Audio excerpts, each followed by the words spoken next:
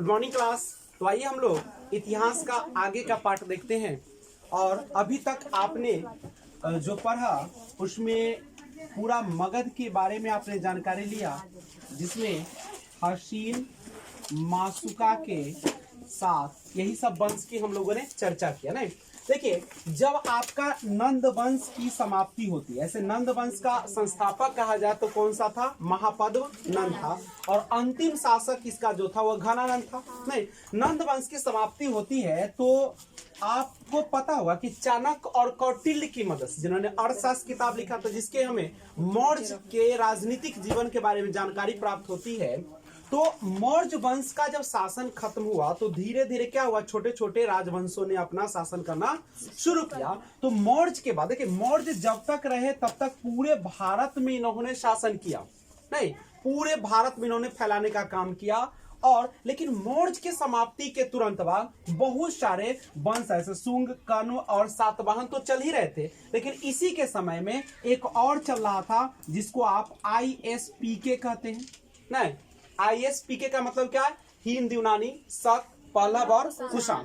आपने इसके बारे में देखिए, तो इधर शुंग वंश भी चल रहा है और कहां तक जाके समाप्त हो जाएगा? सातवाहन तक। और उसी समय यहाँ पे मौर्य के तुरंत बाद इधर कौन सा शासन हो रहा है? हिंद यूनानियों का आक्रमण चल रहा है। और लास्ट में कौन सा आ गया है? कुषाण। और इधर कौन है लास्ट में? सातवाहन। और जैसे ही सातवाहन का अंत होता है उसी समय कुषाण का भी क्या हो जाता है?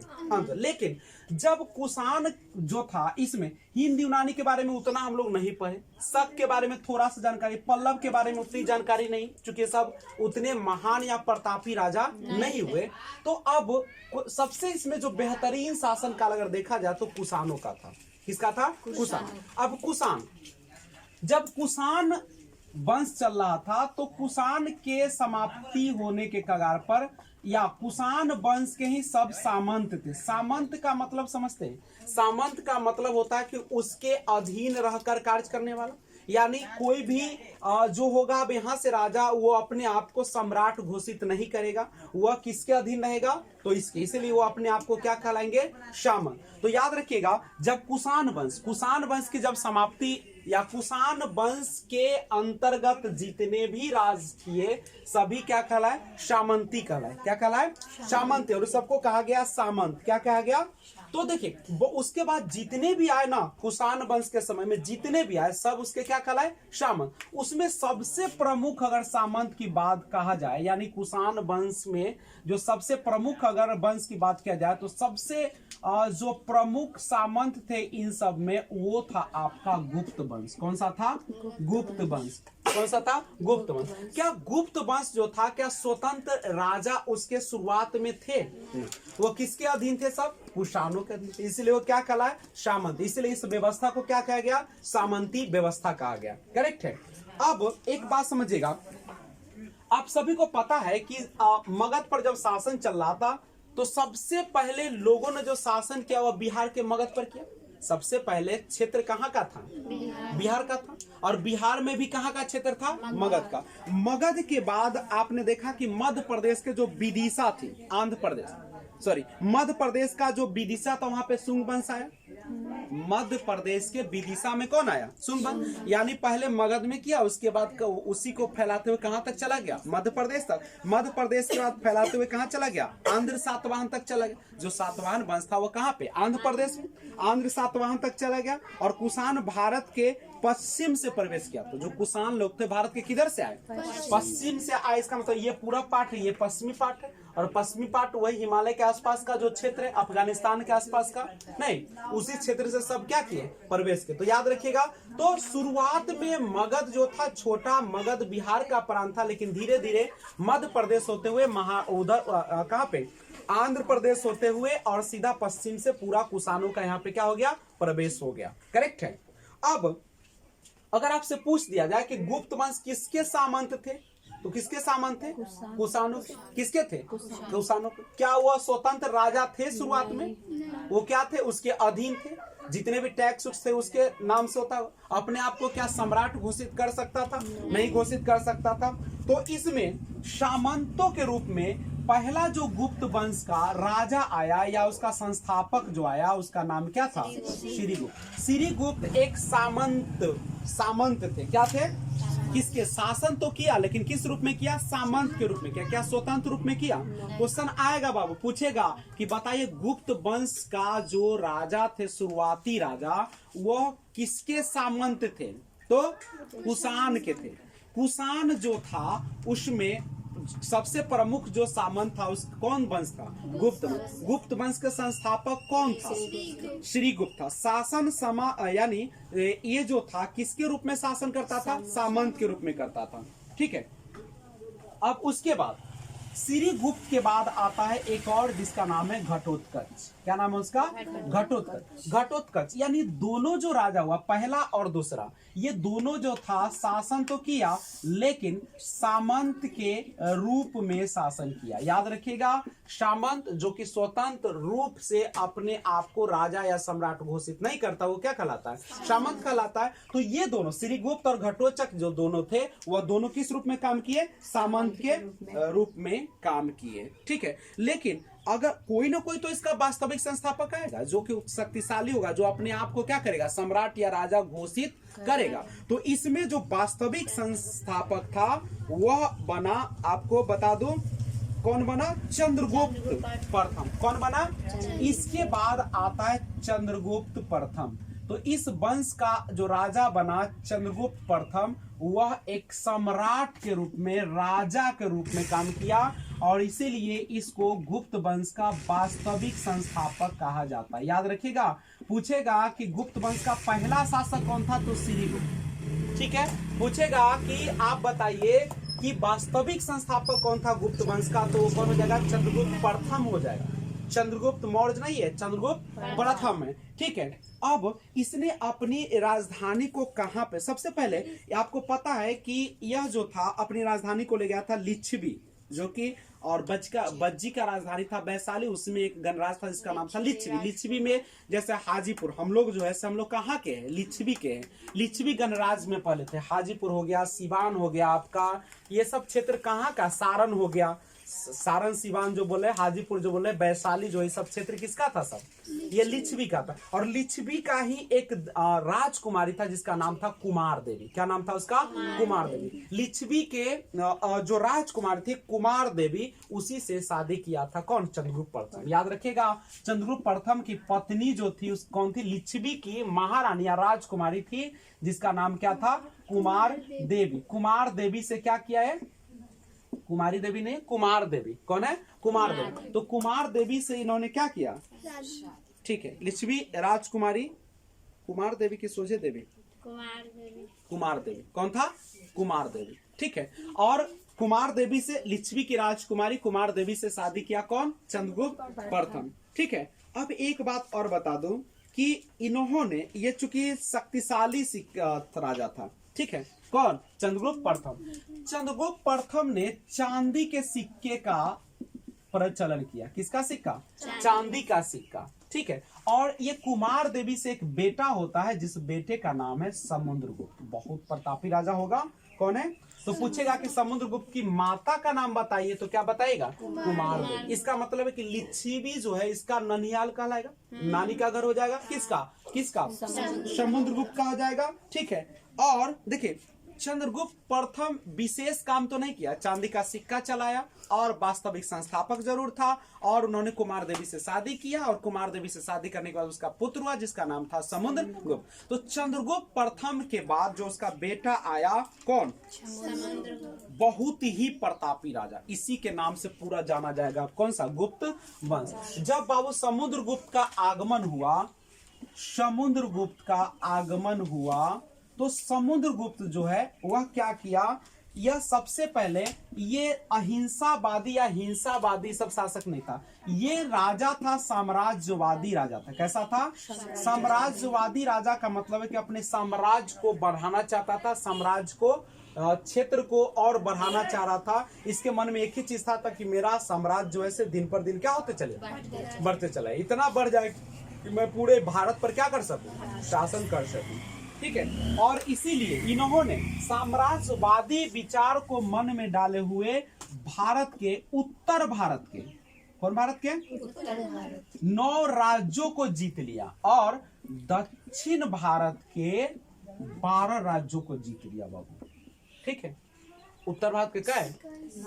9 राज्य और दक्षिण भारत के, इसीलिए इसको भारत का नेपोलियन कहा जाता है। भारत का नेपोलियन किसे कहा जाता है? जैसे नेपोलियन जो था विश्व विजेता का सपना देखा और बहुत सारे को जीत भी लिया, उसी प्रकार से समुद्रगुप्त ने लगभग उस समय का आर्यावर्त, ये जो 9 राज्य और 12 जो राज्य था दक्षिण उत्तर का, यानी पूरा जो भारत वर्ष था उस पूरे को आर्यावर्त के नाम से जानते थे।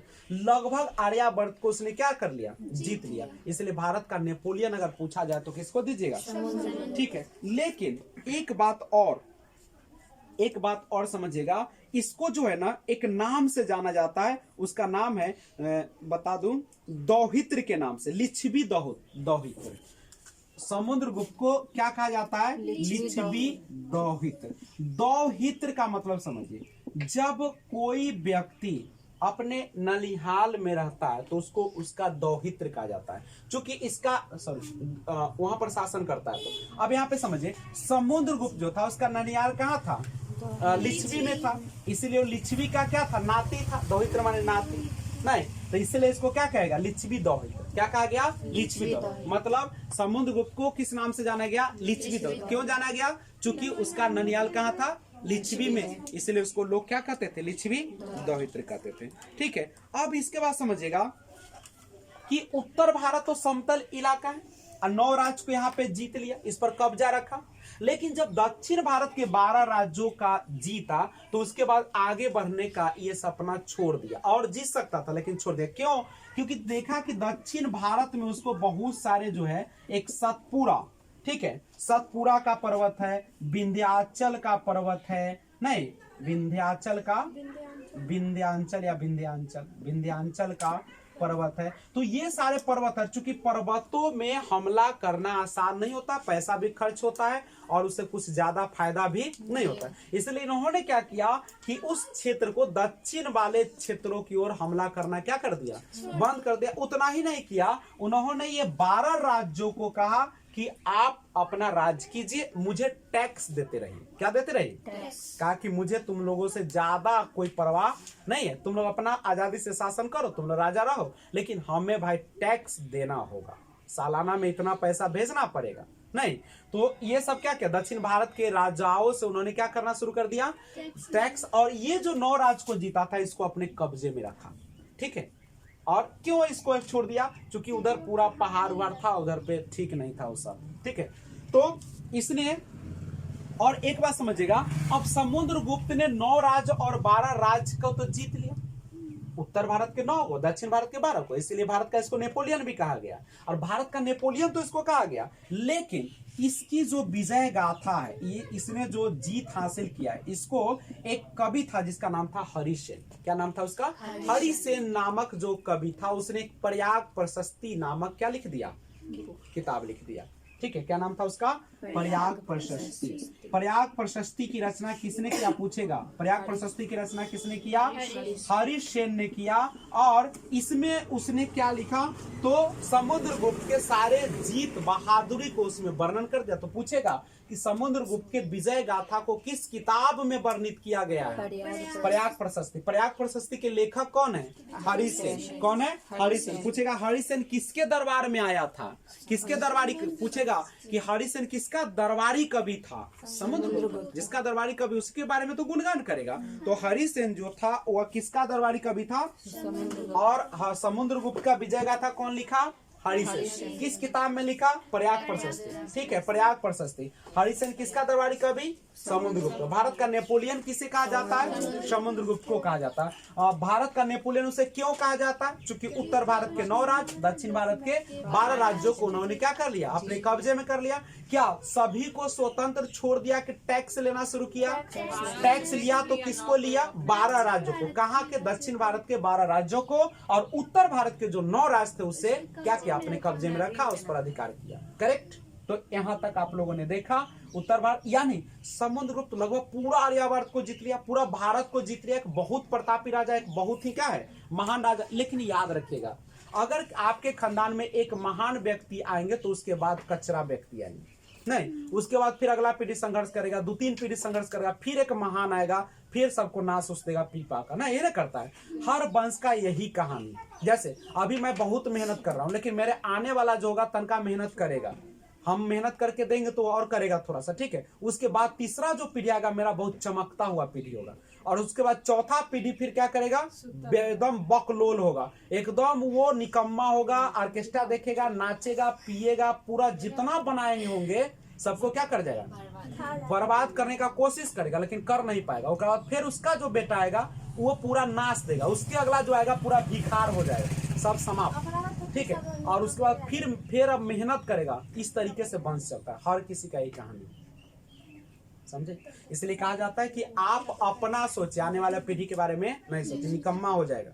आप अपना भविष्य बनाए, आप अपने लक्ष्य की ओर बढ़े, आपका भाई क्या कर रहा है, आपकी बहन क्या कर रहा है, आपका अगला पीढ़ी क्या करेगा, कोई सोचने की जरूरत नहीं। आप सुखी से रहिए, आप उतने संपत्ति रखिए जितना से अगला पीढ़ी केवल खा पी सके, मस्ती करने के लिए नहीं देना है कि 4 चक्का दे दिए, सब अगर जाना हुआ तो 4 चक्का अपने लिए स्पेशल रखो, ठीक है, और ज्यादा नहीं रखो, नहीं तो फालतू निकलेगा सब, और उसको छोड़ दो, आम जिंदगी जीने दो। इना कि तुम बड़का हो गए है, टाटा बिरला हो गए हो, तो तुम बेटों को टाटा बिरला समझने लगे, गड़बड़ा जाएगा, ठीक है। अच्छे परिवार यही करते हैं। उसको भी दुख भोगना है ना भाई, उसको कभी एहसास मत दिलाओ कि मेरे पापा और मम्मी बहुत पैसा वाला है, उसको समझो कि कष्ट में है सब, तभी वो महान बनेगा। नहीं तो यहाँ पे अब देखो, अब तुम देखो समुद्रगुप्त ने इतना मेहनत किया है, इसका मतलब है कि कुछ ना कुछ तो गड़बड़ी होगा भाई, नहीं। लेकिन एक बात याद रखें, तो पूछेगा कि लिच्छवी दौहित्र के नाम से कौन जाना जाता है, लिच्छवी दौहित्र कौन जाना जाता है, समुद्र। उसके बाद याद रखिएगा कि नेपोलियन, भारत का नेपोलियन किसे कहा जाता है, और कहा जाता है कि समुद्रगुप्त का घोड़ा जो था ना, वह 3 समुद्र का पानी पीता था। क्या समुद्र का? क्या संभव है कि 3 वो समुद्र का पानी खा रहा होता, पिएगा घोड़ा? कहने का मतलब है कि उसका जो राज था ना समुद्रगुप्त का, वह ऐसा क्षेत्र में फैला था जिसमें 3 समुद्र पड़ते थे। क्या समुद्र? पूछेगा कि समुद्रगुप्त का घोड़ा कितने समुद्रों का पानी पीता था? 3, ठीक है। और इसका जो दरबारी कवि था समुद्रगुप्त का, कौन था? हरिसेन था। प्रयाग प्रशस्ति का लेखक कौन था? हरिसेन। समुद्रगुप्त के विजय गाथा को किसमें वर्णित किया गया है? प्रयाग प्रशस्ति में किया गया है। और चूंकि समुद्रगुप्त विद्वान भी था, मल्टी टैलेंटेड था, बहुत सारा इसके पास गुण था, यह न केवल शासन करता था, अच्छे राज्य का व्यवस्था करता था, अपने साम्राज्य को बढ़ाया, बल्कि यह कविता भी बहुत सुंदर सुंदर लिखता था, इसीलिए इसको कविराज कहा गया। क्या कहा गया? कविराज। तो समुद्रगुप्त को कौन कौन नाम से जाना गया, थोड़ा सा जान लीजिए। कवि इसको कहा गया सबसे पहले लिच्छवी दौहित्र, चूंकि इसका नानी का घर कहाँ था? लिच्छवी। नानी यानी इसकी माता कहाँ की थी? लिच्छवी की राजकुमारी कुमार देवी थी, नहीं, इसीलिए इसको कहा गया क्या कहा गया? लिच्छवी दौहित्र के नाम से जाना गया। उसके बाद भारत का नेपोलियन इसको कहा गया, नहीं, इसको लिखा गया प्रयाग प्रशस्ति में कि समुद्रगुप्त का घोड़ा जो है वह कितने घाटों का पानी पीता है? 3 घाटों का। हरिसेन किसके दरबार में रहते थे? समुद्रगुप्त के दरबार में रहते थे। प्रयाग प्रशस्ति की रचना किसने किया? प्रयाग प्रशस्ति की रचना किसने किया? हरिसेन। प्रयाग प्रशस्ति में किसका वर्णन किया गया है? समुद्रगुप्त के विजय गाथा को किया गया है, ठीक है। कविराज के नाम से कौन जाने जाते हैं? क्यों जाने जाते हैं? क्योंकि इन्होंने बहुत सारी कविताओं का भी क्या किया? रचना किया, ठीक है। बात कोई दिक्कत बोला जाए। अब आगे हम लोग बढ़ते हैं। समुद्रगुप्त जो है एक सिक्का चलाया था जिसमें वह बीना बजाते हुए अपने आप को दिखाया था। बीना बजाने का बड़ा शौकीन था। बीना का साउंड भी बहुत अच्छा। माँ सरस्वती भी को देखेगा तो कौन रख ले, बीने ना रख ले।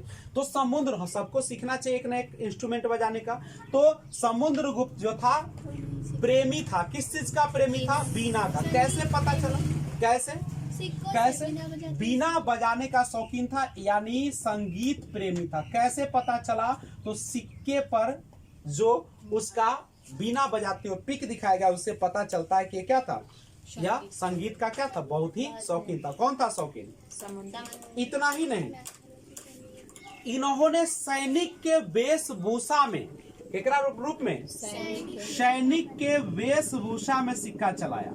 सैनिक वेशभूषा, मतलब एकदम सेना लगा तलवार लिए हुए, पूरा पहने हुए हैं, कमर पर सब पर लगाए हुए हैं ना, घोड़ा उड़ा पर सवार है, और वह सिक्के पर उसको क्या किया था, चलाया था। सिक्के पर वो पिक दिया था, किसका, सैनिक का। इसलिए पूछेगा कि सैनिक वेशभूषा में देखा गया सिक्कों में किसको, समुद्र। कोई दिक्कत है, बिना बजाना किसे प्रिय था, और इतना ही नहीं, इन्होंने एक सिक्का चलाया जिसको मयूर शैली सिक्का कहा गया। क्या कहा गया, नामे से लग रहा है कि मयूर शैली, यानी इसमें क्या होगा, मोर का फोटो होगा। इसने सिक्का ऐसा चलाया जिसमें मोर का, पिकॉक का क्या था, चित्र बना हुआ। तो कैसे कैसे सिक्का चला दिया, चांदी का सिक्का चला दिया, सैनिक वेशभूषा का सिक्का चला दिया, मयूर सैनिक का सिक्का चला दिया, बिना बजाते हुए सिक्का चला दिया। कितना आश्चर्य की बात है। जी के तैयारी हो रहा है, पता चल रहा है कितना क्वेश्चन धड़ उड़ रहा है। इसी तरीके से आपका पूरा आ जाएगा। और ये सारा क्वेश्चन आप यूपीएससी का क्वेश्चन देखेगा ना, तो ये सब क्वेश्चन बनेगा। आईएएस जिसको बोलते हो ना, आप पूरे देश में सबसे ऊपर जो एग्जाम होता है जिसका नाम है यूपीएससी। क्या नाम है, यूपीएससी। जैसे बिहार में एग्जाम होता है सबसे ऊपर, उसको बोलते हैं बीपीएससी। क्या बोलते हैं, तो यूपीएससी से बनता है आईएएस, आईपीएस, ठीक है, और आईएफएस। 3 तरीके का बनते हैं। सुनिएगा, एग्जाम यूपीएससी कंडक्ट कराती है 3 प्रकार का। बिहार का सबसे बड़ा एग्जाम जो होता है कौन होता है, बीपीएससी, जिससे तुम डीएमएम सब बनते हो, नहीं बड़े बड़े पद एसपी उसपी सब बनते हो। लेकिन पूरे भारत में सबसे बड़ा जो पोस्ट होता है वह किसके थ्रू होता है, यूपीएससी, उत्तर प्रदेश के थ्रू होता है, जिसमें से 3 प्रकार का पोस्ट का एग्जाम होता है। एक होता है आईएएस, एक होता है आईपीएस, और एक होता है आईएफएस। 3 एग्जाम। तुम आईएएस का तैयारी करो, आईपीएस का करो, आईएफएस का। Indian administrative service, Indian police service, नहीं public service, sorry police service, और इंडियन फॉरेस्ट सर्विस। और आईएफएस का मतलब वो आईएएस हुआ, लेकिन वह जो बनेगा किसका पूरा हेड बनेगा, पूरे जंगल विभाग का। और आईपीएस कौन होगा, पूरे पुलिस विभाग का हो जाएगा। पूरा जितना भी यहाँ विभाग है, पुलिस विभाग आईपीएस में सब आ जाएगा, एसपी उसपी जितना भी होगा सबको में आ जाएगा इसमें। और आईएएस होगा एक एडमिनिस्ट्रेटिव सर्विस है, प्रशासनिक सेवा है, जो कि सब व्यवस्था को ये क्या करेगा। लेकिन तीनों का अलग अलग काम, आईएएस वाला आईपीएस में जाएगा, आईपीएस वाला आईएफएस में नहीं जाएगा। सब तीनों एक रैंक का, अलग अलग रैंक है, ठीक है। आईएएस वाला कौन होगा, जैसे तुम डीएम बन गई, पूरा का देखभाल करोगे, सब कुछ तुम ही ना करोगे आईएएस के थ्रू। तीनों अपना अपना महत्वपूर्ण है, लेकिन सबसे ज्यादा लोग महत्व किसको देते हैं, आईएएस को, क्योंकि ये लोगों के बीच में रहता है, ज्यादा नहीं लगता है कि जैसे आप जब 26 जनवरी 15 अगस्त सब मनाते तो ये सब ना करता है, पूरा संचालन एक जिले का पूरा हेड का जाता है। तीनों अपने अपने क्षेत्रों में महान है, लेकिन ज्यादा आईएएस है ना, जो हमारे पूरे भारत में लगभग 1100 से 1500 सीट होता है ना, हर साल एग्जाम होती है। उसकी तैयारी के लिए आपको पता ही होगा कि आप क्या करते हैं, एनसीईआरटी का किताब, ये बिहार बुक नहीं, बिहार वाला किताब नहीं, एनसीईआरटी स्पेशल आता है, लिखा रहेगा एनसीईआरटी बुक, ठीक है। क्लास 6 से लेके कहां तक, 10वां तक आपको सोशल साइंस हो गया, साइंस हो गया, मैथ हो गया, उसको क्या करना है, बढ़िया से पढ़ जाना है। उसके बाद 11-12 का जो है आप पूरा सोशल साइंस को क्या कर दीजिए, पढ़ दीजिए। उसके बाद प्रीवियस ईयर निकालिए और उसको क्या कर दीजिए, बना जाइए, और उसके बाद आराम से क्या कीजिए, एग्जाम दीजिए। उसके बाद मेंस का तैयारी के लिए इसी को गौर से पढ़ लीजिए, इंटरव्यू रोज देखिए, नहीं आप देखिए कोई एक कोर्स ज्वाइन कर लीजिए आईएएस का, यूपीएससी का, नहीं यूट्यूब पर, और उसको क्या करना शुरू कर दीजिए, पढ़ना शुरू कर दीजिए। एकदम 2 साल में अगर नहीं बने 3 साल में, तो उसको क्या कर दीजिए, छोड़ दीजिए, ज्यादा दिन प्रैक्टिस करने की जरूरत नहीं। 3 बार दीजिए, 3 बार 4 बार में अगर नहीं हुआ उसको छोड़ के दूसरा, और इतना तैयारी करने के बाद आपको कोई ना कोई नौकरी हो गए, आईएएस बन गए, मुंह से बना दिए, कुछ नहीं। 6 से 10वां पढ़िए, 11 और 12 का सोशल साइंस पढ़िए, बन गया ये सब। इतने से बनता है, इनमें कुछ नहीं, रसगुल्ला नहीं कि बड़का कुछ हो। लेकिन लोग इसको स्टडी सही से नहीं करता, इसलिए समझे। नहीं विश्वास है तो आप जो मैं पढ़ाता हूँ ना इतिहास का, आप प्रीवियस ईयर आईएएस का क्वेश्चन निकालिए, और नहीं बने तो हमको फिर कहिएगा। लेकिन जब पूरा इतिहास पढ़ा देंगे तो आपको पूरा बन जाएगा।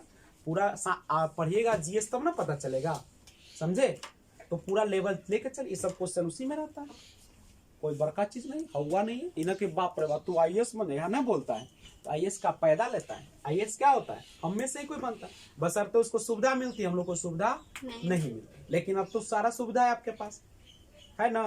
तो एनसीईआरटी किताब खरीद लीजिएगा, 6 से 10वां सोशल साइंस, साइंस और मैथ का, और क्या कीजिए उसको रगड़ जाइए। वो तो लुसेंट पढ़ने के लिए हम लोग के पास टाइम ही नहीं है, तो वो कैसे पढ़िएगा। तो IAS बन गए, उससे अच्छा है कि वो जाल खरीद लीजिए, सब रंग, पोठिया बजे वाला, बड़का बुआरी बजे वाला, बड़का कतरा बजे वाला, 10 किलो वाला ना। ओकरा बाद कहते हैं अथी गोई बना लीजिए, आराम से चोर में लगाइए, डेली 2000-3000 कमाइए ना। अब बस घी लगा के सुतिए, और जब तक का उम्र बढ़ेगा तो कोई आएगा कूच देगा, गरिया देगा, घर से बाहर बिक देगा, चिल्लाए, मरनी के बेर देह सब फट, देखते हो मरनी के बेर देखला ही आदमी सब पूरा बाबू शरीर में ना घाव हो जाता है, छिला जाए छे, कैसन वाला मौत आता है समझो। अब तब प्राण न छोड़ता, बाप रे पूरा गोर छिलाल कैसन लगता, पूरा ई सब छिलाल रे बा, उल्टल प्राण को हे भगवान ले चला न जाए अभी भोग, अब भोग कर जाए। तो उससे अच्छा हो कि वो सुई ले ली है मरे के बेर, जब ज्यादा बुढ़ा जाए मन न करता एगो सुई ले ली है और चल रही है प्यारे हो, उतना दुख न भोगी है। जवानी के सुख निम्न लेकिन बुढ़ारी के दुख न नहीं, सॉरी जवानी के दुख निम्न लेकिन बुढ़ारी के दुख चलते बन। लेकिन चलतो देह तालुक ला नंबर योरिए तो डरपोक कहलाए बे, लोग थूक देता हो, बिक देता हो, गाड़ देता। हाँ तो IAS बनना है तो बनो, नहीं तो चले जाओ। धरती पर रहने से कोई फायदा उदा नहीं। नाले के कीड़ा बनने से अच्छा है कि घी का कीड़ा बने, ना समझ भाई। अरे हम लोग कीड़े ना है वो, मानव क्या है वो कीड़ा ना है। दुनिया में हम लोग कथी है, हथियावा देखे जो तुम्हारा कीड़ा समझे तो कीड़ा हो ना, कीड़ा। जैसे हम लोग तनी को देखते हैं तो कैसे कीड़ा, तो ध्यान दीजिएगा।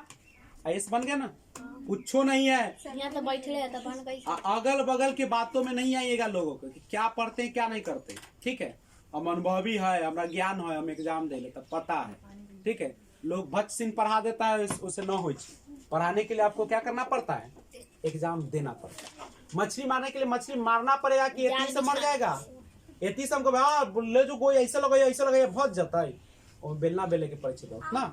तो ठीक है, हम तो तुरंत तुमको IAS बना देंगे, तुरंत तुमको चपरासी बना देंगे, तुरंत एकदम भगवान के पास भेज देंगे, तुरंत तुमको नरक मिल जाएगा। चलो तो आ जाओ। अब मेहनत किसको करना है, हमको कि आपको? हम तो केवल रास्ता बनाएंगे, हम तो घूसखोर मुखिया जी नहीं है, हम तो ईमानदार मुखिया है कि हम आपको रास्ता दिखाते नहीं। मुखिया जी इन्ने से पैसों निकाले दर्दो दे देलन, आ बाद में उनके वोट देती हो बड़ा निम्न होती, और कोई पाए नहीं रे बनल हवा, पढ़लिए लिखल रोहे करेला। चल तो आगे बढ़। तो समाज को चेंजिंग करना है तो आप लोग पढ़िए और आप लोग चुनाव लड़िए, तब ना होगा। पढ़े लिखे लोग चुनाव में आएंगे तब ना मजा आएगा। हो बन जाता है घसखोरवा सा, घूस पूरा घूसे खा कर सब खाओ का बराबर आता है मीडिया तक, आता है काम होलो तो हाँ होलो हो काम।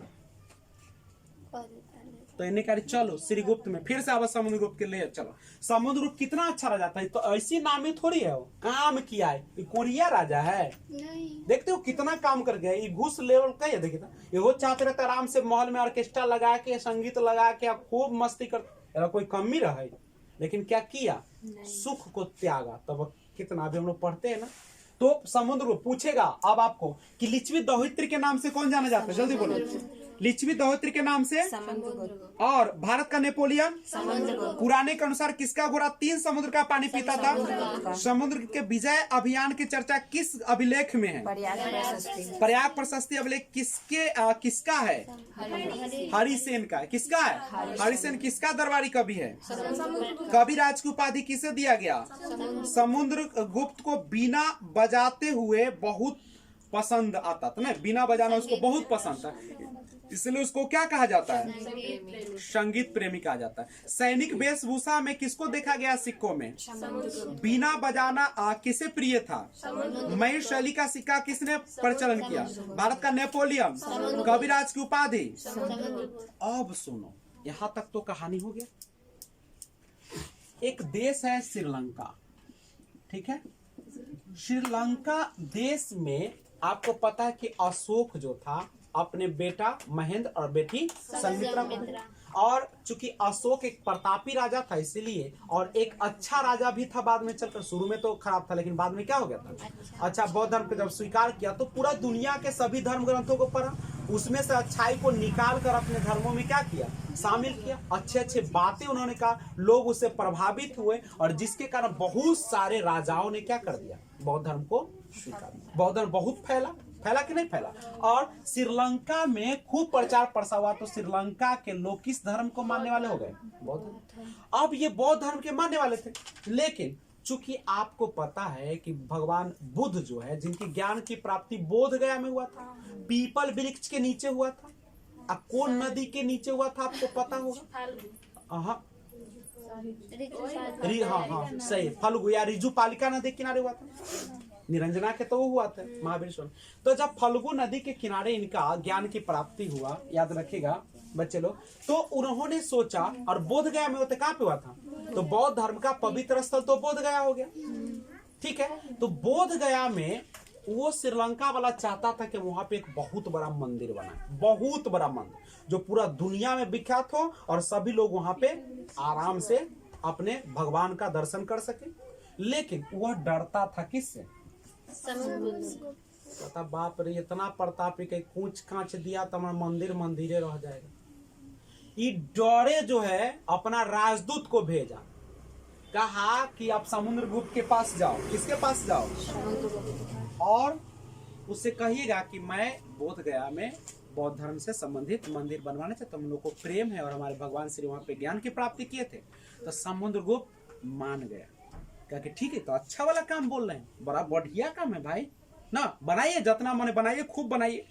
तो उन्होंने वहां पे क्या कर दिया, बोध गया में मंदिर बनाने का अनुमति दे दिया। पूछेगा क्वेश्चन कि समुद्रगुप्त ने किस देश के राजदूत को बोध गया में बौद्ध मंदिर ना है, बौद्ध मंदिर का निर्माण करने का अनुमति दिया। आज जो बोध गया जाने के लिए तरसते हो, कोना के देन है, श्रीलंका का। ना समुद्रगुप्त न रहता, अखनी वाला तैयार राजा से रहता तो बनने देता।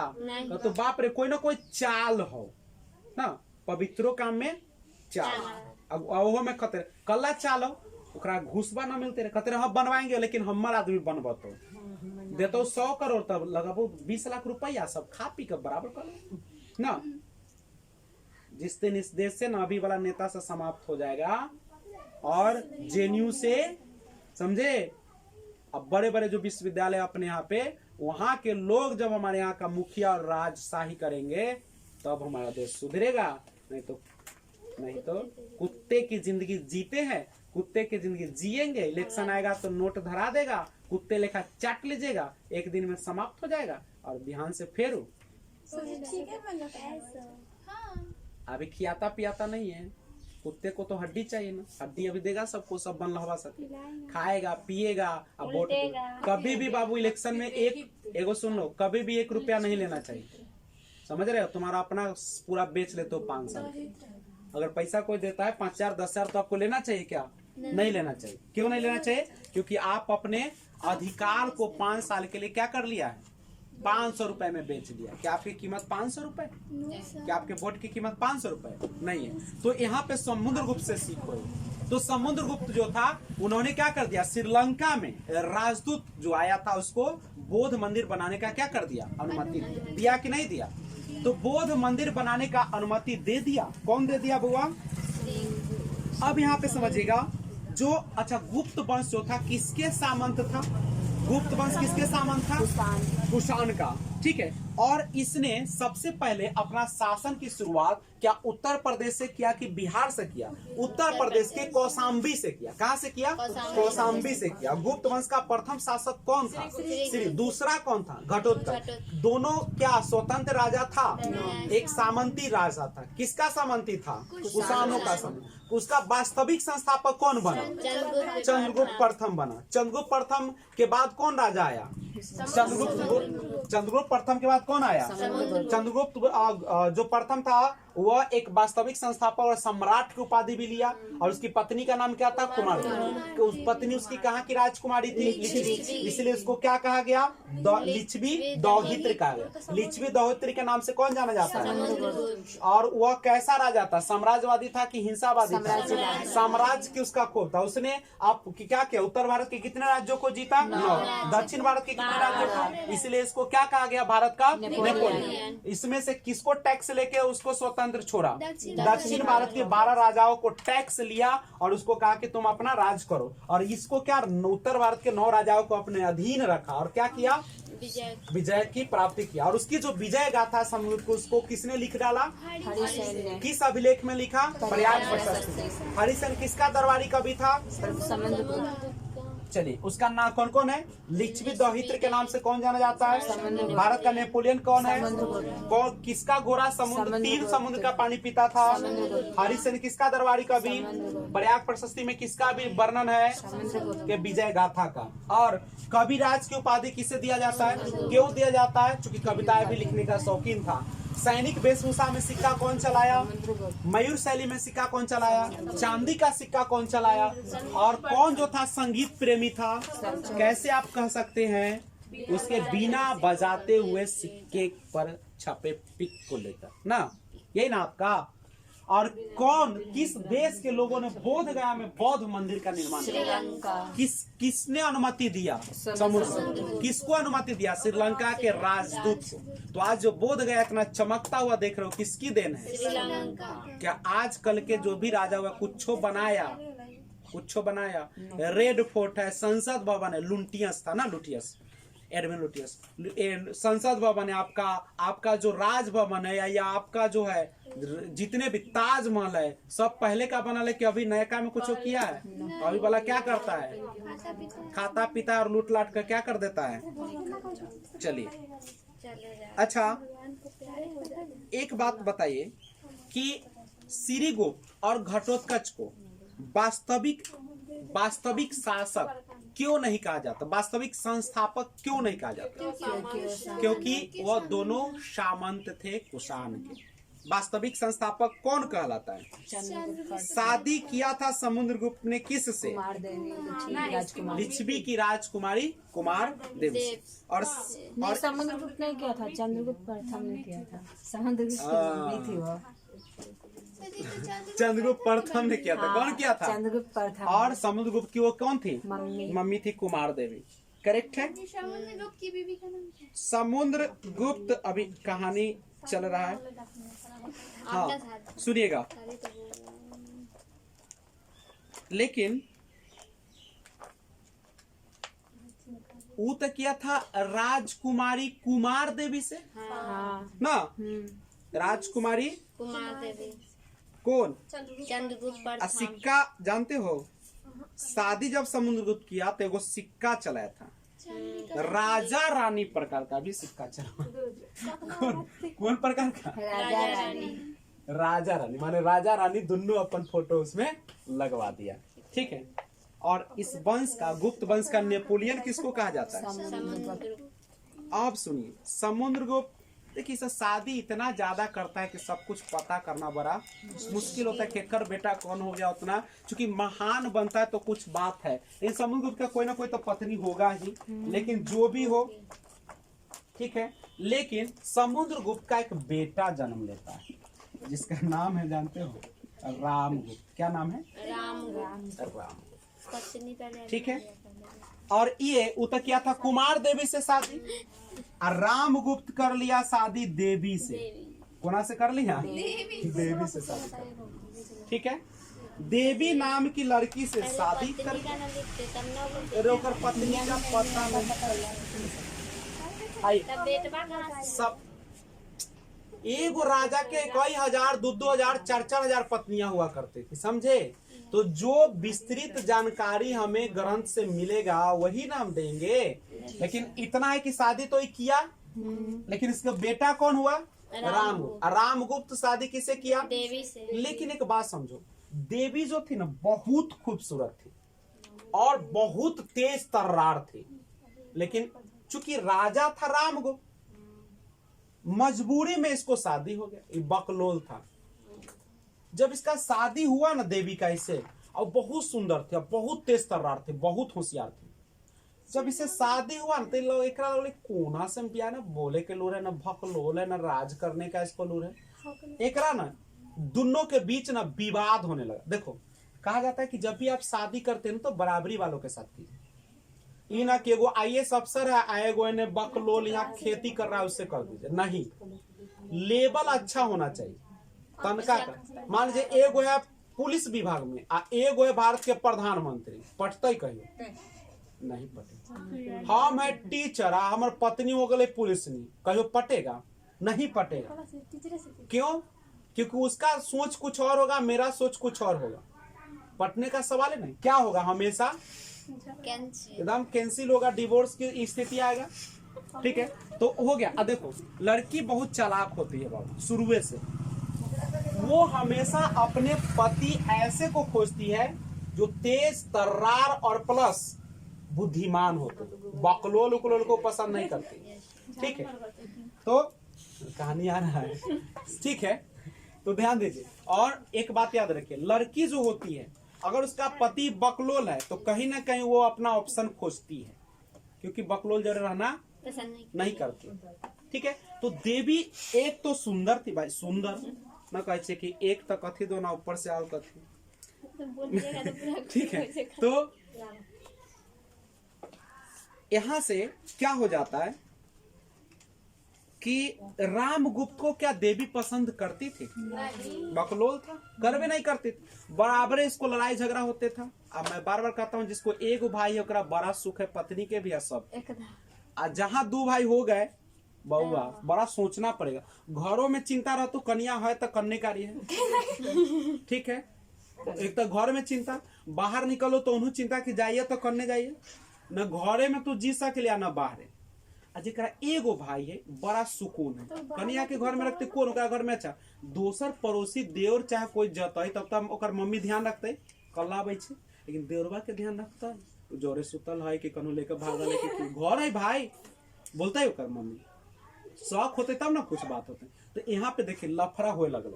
लेकिन रामगुप्त का एगो भाई था बउआ, उसका नाम था भाई। भाई ना है, भाई कहाँ है क्यों? बेटा तो हजारों होता है, एगो बेटा थोड़ी होगा। अगर बेटा बोले एगो बेटा कैसे, उतना हजारों शादी हो रहा तो एगो बेटा कैसे उत्पन्न होगा? बेटा तो करोड़ों होगा, मतलब चलो चले। तो यहाँ पे समझिए इसका जो भाई था उसका नाम था चंद्रगुप्त द्वितीय, क्योंकि प्रथम तो आ चुका था, चंद्रगुप्त मौर्य भी आ चुका है, तो अब कौन आएगा? लेकिन बाबू चंद्रगुप्त द्वितीय जो था बहुत तेज तर्रार था, अच्छा था, गुणवान भी व्यक्ति था, होशियार भी था। अब क्या हो गया कि देवी चंद्रगुप्त द्वितीय से फंस गई, बात तो बढ़ गई। अब लेकिन बात है कि ओकरा पति के रहते शादी हुए तो कैसे, एकरा से रहू तो कैसे क्या जोड़े? दोनों प्लान बनाया। कौन कौन? इसलिए कहा जाता है, याद रखना सबको कहते हैं शादी हमेशा बराबरी में किया करो। शादी जो है ना हमेशा कहाँ होना चाहिए? बराबरी में। ज्यादा बड़का ख्वाब और छोटका ख्वाब दोनों आपको ले डूबेगा। बराबरी में शादी होनी चाहिए ताकि आपको एडजस्ट कर सके। एडजस्ट करने का मतलब एगो बोले तो एगो सुन, एगो सुने तो एगो बोले, एगो बोले तो एगो सुन कर रह सके। हाँ, एगो सुन, हाँ ऐसा ही होना चाहिए। अगर दोनों बमकल मिल गया, चाहे वो बहुत पैसा वाले, मान लो कि लड़की आगे बहुत अमीर जादी और लड़का है गरीब का, जिये देते ओकरा?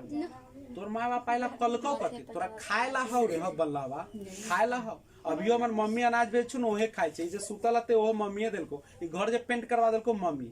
बाबू जिंदगी भर तोरा जिए न देतो।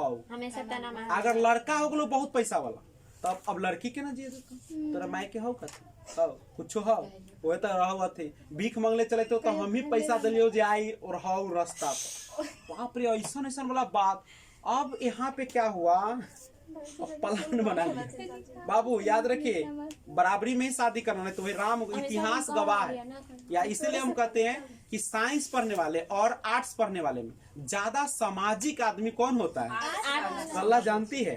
क्या है कि बाबू उसको सब चलाकी पता, साइंस वाला को ठगना आसान है, हाँ रियल सीधा होता है। आर्ट्स वाला को तो देख ले देखी तो इतना कहानी पढ़ा रही हो बस फंसवा ही बहुआ। हाँ अच्छा, तुम्हारे घर पर कोई बराबर आता है, तुमको अच्छी अच्छी बात करता है, तो अच्छा समझ जाबी, समझ भाई कि ना समझ, लेकिन साइंस वाला समझता है बड़ा निम्न आदमी है, अच्छा है, हाँ और थी ना भलाई करती ना पैसों देती 90% ना, लेकिन 8 वाला ना ना ना ना वो शौक रहता ओकरा हमेशा। बेटी अगर घर में तो और शौक, अरे बाप रे अल्लाह कुछ ना कुछ ले देगा सजी बेटी। अरे वही होबे कर। घर पर बात कहाँ से होता है, घर का नाश कहाँ से होता है, आपके घर से होती है। घर का नाश करना सबसे आसान, आपकी बेटी को नाश करना है, एक ही चीज ना है। जब दुश्मनी किसी से लेते तो किसको बर्बाद करने का कोशिश करते हो, बेटी की। तो यहाँ पे सुनिए, अब देवी और ये कौन रामगुप्त, देवी रामगुप्त ने पढ़ता नहीं था। अब चंद्रगुप्त द्वितीय और देवी ने क्या किया, प्लान किया, ठीक है, क्या प्लान किया कि इसको साफ कर दिया जाए, रास्ते में आए रोड़ा को उठा के फेंक देना ही ठीक है। बाबू अपना अभी कहे पति बुर्बक सही एहो सता इतिहास कम से कम पढ़े के चीज, पति देव होते हैं तो पति देव, यहाँ सीखने करा से देवी से ना, कितना अच्छा बात। देवी तो सिखा रही है कि पति कुछ नहीं होता, पति का कर्म होता है ना।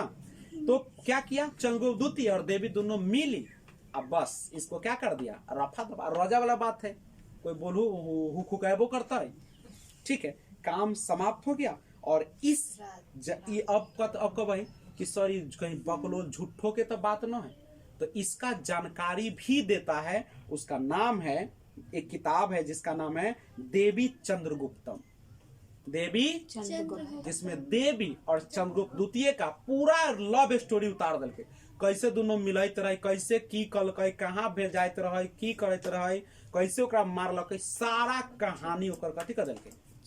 एला कह जाए कि तू 1000 काम अच्छा कर दू, एक दिन एक काम खराब हो गया तो लोग तुम्हारे खराब काम को जिंदगी भर याद रखेगा, लेकिन अच्छा अगर तुम 24 में से अगर 23 मिठाई किसी को खिला दो और एक मिठाई पर फेंक दो उठा के ओकरा भीड़ में, तो 23 मिठाई का क्या हो जाएगा, अच्छा है भूल क्या, एक मिठाई बोलो हमको 23 को खिलाया और एगो हमरा भीड़ में हमरा लाश से मसोड़ दिया था, लेकिन दिया नहीं।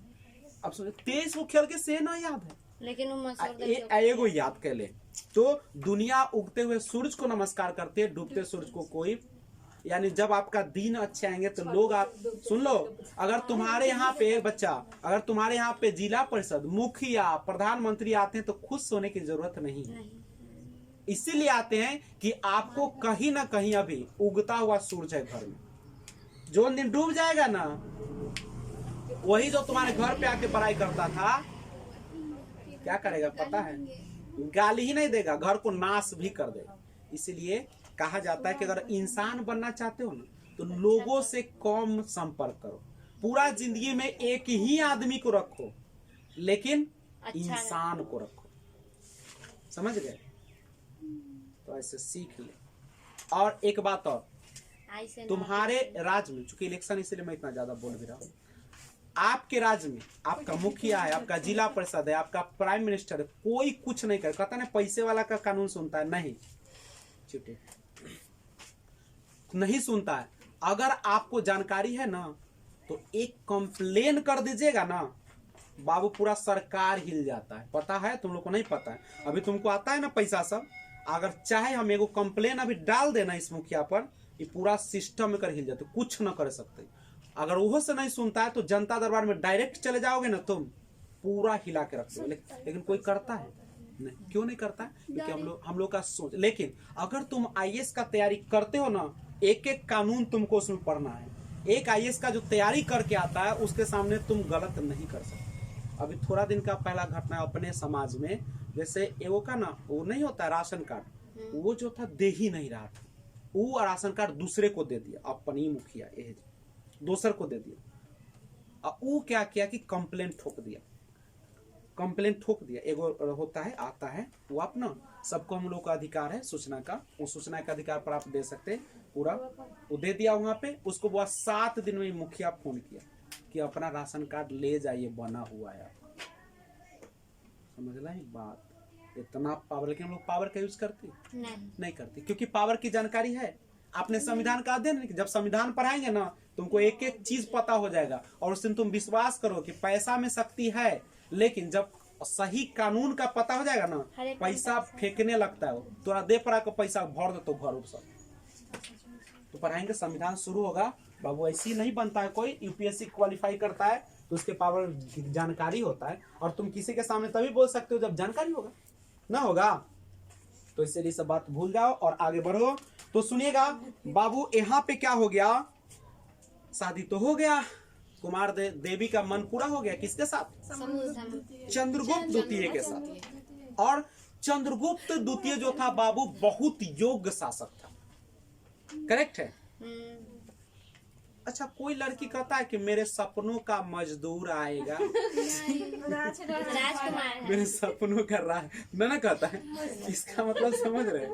तो ये है आपका देखो, अब ये सब ये लड़की सब ये वीडियो देखेगी तो कहे कि सब झूठ मूठ के बनायल है, लेकिन ये सच्चाई। वही लड़की के रजिया सुल्तान, झांसी की रानी लक्ष्मी ना, ये दुर्गा बाई, तो कहते बा ये सब सच्चाई है। बोलो कल्ला वो खाली महान अच्छे के देखे चाहे छे, आ ई देवी के चर्चा बेकार के लिखल उखल, बेकार के है, सच्ची घटना है, ठीक है।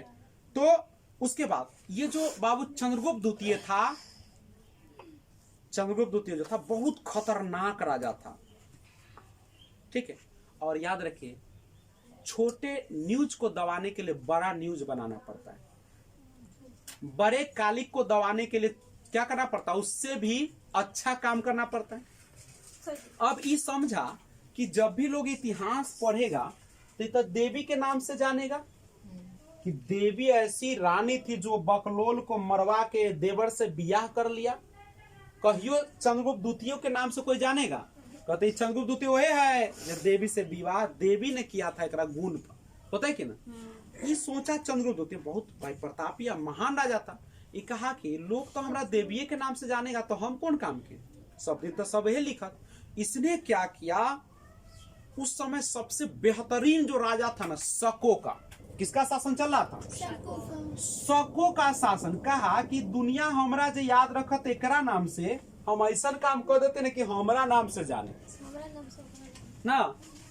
तो ये शको पर हमला कर दिया। पूछेगा क्वेश्चन, शको पर हमला कर दिया, हमला ही नहीं किया, उसका अंत कर दिया। तो शको का अंत करने वाला राजा कौन था, चंद्रगुप्त द्वितीय। कौन था, किस वंश का था, गुप्त वंश का। और बाबू शको को हराने के बाद एक उपाधि लिया विक्रमादित्य का, कि मैं हूं चंद्रगुप्त द्वितीय उर्फ विक्रमादित्य आपके दरबार में पधार रहे हैं। नहीं तो विक्रमादित्य एक नहीं, विक्रमादित्य 14 राजाओं ने अपना उपाधि लिया। कै गो, जिसमें ए भी था। सुनो, विक्रमादित्य की उपाधि जो भी महान होता था ले लेता था। कौन उपाधि, विक्रमादित्य। जैसे मान लीजिए कि कोई अभी जैसे अब तो हम लोग कोई उपाधि नहीं ले सकते, क्या ले सकते हो, अब हमारे संविधान से सब हटा दे। लेकिन पहले जब अच्छे काम करता था ना, तो वो अपना मन से वो ले लेते रहे, मैं हूँ विक्रमादित्य, मैं हूँ सुल्तान, मैं हूँ बादशाह। जैसे मुगल पढ़िएगा तो कौन उपाधि लेता था, बादशाह। दिल्ली सल्तनत पढ़िएगा तो उसमें सुल्तान, वो में कहेगा सुल्तान ये पधार रहे हैं, नहीं और बादशाह नहीं मुगल में। लेकिन इस समय ये सब विक्रमादित्य क्या, वो पूछेगा कि कितने राजाओं ने विक्रमादित्य को उपाधि लिया था, 14। याद है ना, विक्रमादित्य समझ रहे हो ना, विक्रमादित्य कुछ है नहीं, क्या है, उपाधि जो अपने नाम पर लगा लेता है। चंद्रगुप्त द्वितीय उर्फ विक्रमादित्य। तो पूछेगा कि विक्रमादित्य की उपाधि क्या चंद्रगुप्त द्वितीय ने लिया कि नहीं लिया? कितने राजाओं ने पूरे शासन काल में, तो 14 राजाओं ने विक्रमादित्य का 14। और इसने भी क्या किया, चंद्रगुप्त द्वितीय ने भी चांदी का सिक्का जारी कर दिया। कौन सिक्का जारी किया, चांदी का सिक्का जारी कर दिया। उसके बाद ये बहुत अच्छा काम किया, लेकिन ये सबसे ज्यादा जो जाना गया बाबू, अब देखिए शको को हरा दिया तो अब तो स्पष्ट है कि लोग इसके नाम से, लेकिन कितना भी तुम अच्छा काम कर लो, कहीं ना कहीं तुम्हारे ऊपर जो दाग लग गया है वो छुपेगा, लोग उसको भूलना ही नहीं चाहते। ये तो वही याद करे, अरे तू ही ते बरवा रही जो देवी के फंसा के बिया कर ले ना, ये उतना महान क्या कोई मतलब नहीं। अभी देखो महान काम इसका देखो बाबू, पूरे हमारे इतिहास आज तक का अगर उल्टा जाए तो न्याय के व्यवस्था के लिए सबसे ज्यादा अगर कोई अच्छा था तो चंद्रगुप्त थे। न्याय के लिए हमारे पूरे साम्राज्य कहे या पूरे भारतवर्ष में दो ही राजा प्रसिद्ध हुए, एक जहांगीर था, एक जहांगीर जिन्होंने न्याय की जंजीर का निर्माण किया था। जंजीर में घंटी लगा हुआ था जो गेट पर था, कोई के जैसे बकरी भाग गई और चोरा लेलकै तो जाके घंटी बजा दही, वो डायरेक्ट आवाज कहाँ जाते रहा जहांगीर के पास, बोलता और सीधा। बाबू कितना अच्छा व्यवस्था, समझ जाओ अभी भी व्यवस्था रहता तो कितना अच्छा, अभी है व्यवस्था जनता दरबार, तो सीधा जाएगा बकरी वैसे ही जते तो राजा कहते मानी क्या हुआ, डायरेक्ट सुनता था क्या हुआ, तो राजा जी ऐसे ऐसे बकरी हमारे छीनियो ले लगा, मारबो कैलक, ऐसे बुलाओ उसको अभी तुरंत का तुरंत फैसला। बउआ राजा समझ छी, राजा बोलाते तो ना अभी तो और ऊ जते कि जाए, वो तो एक आदेश जाते कि उसको लाओ तो एक दौड़ता आवे के कहते बाप रे राजा जी हमरा से क्या हो गया ना। ठीक है, तो याद रखिए पूछेगा कि न्याय व्यवस्था के लिए पूरे भारतवर्ष में दो राजा जाने जाते थे, कौन कौन, एक चंद्रगुप्त द्वितीय और दूसरा जहांगीर। न्याय की जंजीर के नाम से कौन प्रसिद्ध है, बेहतरीन व्यवस्था, लेकिन उससे भी बेहतरीन न्याय देता था कौन, चंद्रगुप्त। बाबू एकदम बिल्कुल दूध का दूध और पानी का पानी, न्याय के लिए जाना जाता, बहुत अच्छा काम किया। शकों का नाश किसने कर दिया, द्वितीय ने। चांदी का सिक्का इसने भी चलाया, ठीक है। और बाबू ये जो राज्य करता था तो सिंहासन पर बैठकर, किस पर बैठकर, लेकिन जब न्याय करता था ना तो वो पत्थर का चबूतरा बनवाए हुए था। पत्थर मतलब समझ रहे, पत्थर की तरह, मतलब दूध का दूध पानी का पानी। वो आराम वाले, वो कहता था कि आराम की चीजों से न्याय नहीं होती है, न्याय एकदम सच्चे दिल से होती है और सच्चा होता है। इसलिए पत्थर का बनवाए हुए था चबूतरा और उसी पर बैठ कर वो न्याय। पूछेगा कि कौन ऐसा राजा था जिसने पत्थर के चबूतरे पर बैठकर, राज सिंहासन को छोड़कर चबूतरे के पत्थर के चबूतरे पर बैठकर जो है से अपना न्याय देता था, कौन था, चंद्रगुप्त। पूरे भारतवर्ष में सबसे अच्छा न्याय व्यवस्था किसके दरबार में थी, चंद्रगुप्त। कोई दिक्कत है क्या, और न्याय के लिए फेमस था सब ना। और इतना ही नहीं, एक चीनी यात्री था जिसका नाम था फाहियान। क्या नाम था, एक किताब का नाम याद आ रहा है, भूल गए, क्यू।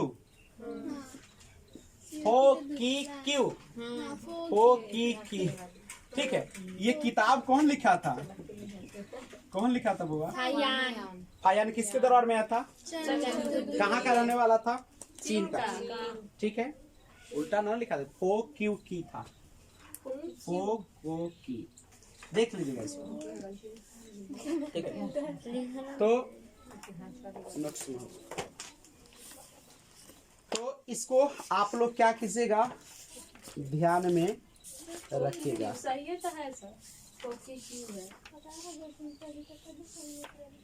एक मिनट हम आपका टाइम लेंगे।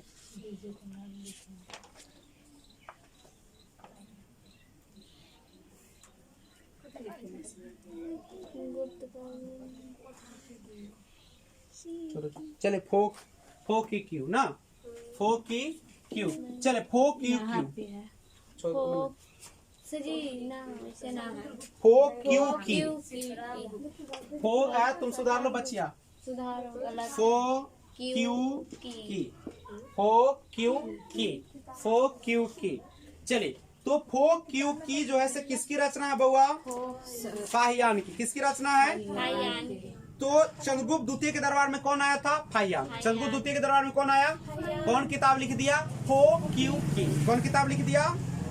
और एक और किताब है, ये सब चाइनीज ना है, तो सी यू